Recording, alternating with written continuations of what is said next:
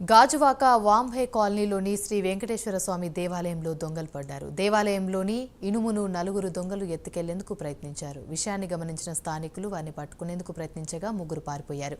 ఒక దొంగ స్థానికులకు చిక్కాడు. అతన్ని పోలీసులకు అప్పగించారు. ఆలయ ధర్మకర్త మంజుల ఫిర్యాదు మేరకు పోలీసులు కేసు నమోదు చేసి దర్యాప్తు చేస్తున్నారు.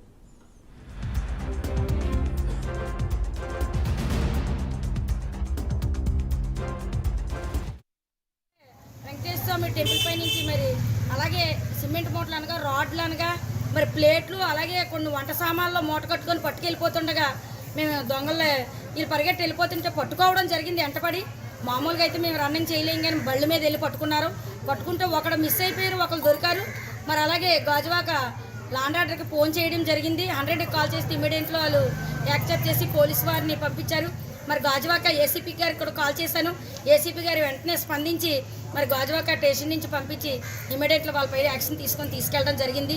పోలీసు వారికి అలాగే 100 కాల్ వారికి అందరికీ కూడా ప్రత్యేక ధన్యవాదాలు తెలియజేస్తూ మరి ఎలాంటి దొంగతనాలు జరగకుండా బహు జాగ్రత్తలు తీసుకుంటారని తెలియజేస్తున్నాం. మరి అలాగే వెంకటేశ్వర స్వామి ఆలయం దగ్గర పట్టపగల దొంగతనం చేయడం అన్నది మరి అది చాలా బాధాకరమైన విషయం. మరి ఈరోజు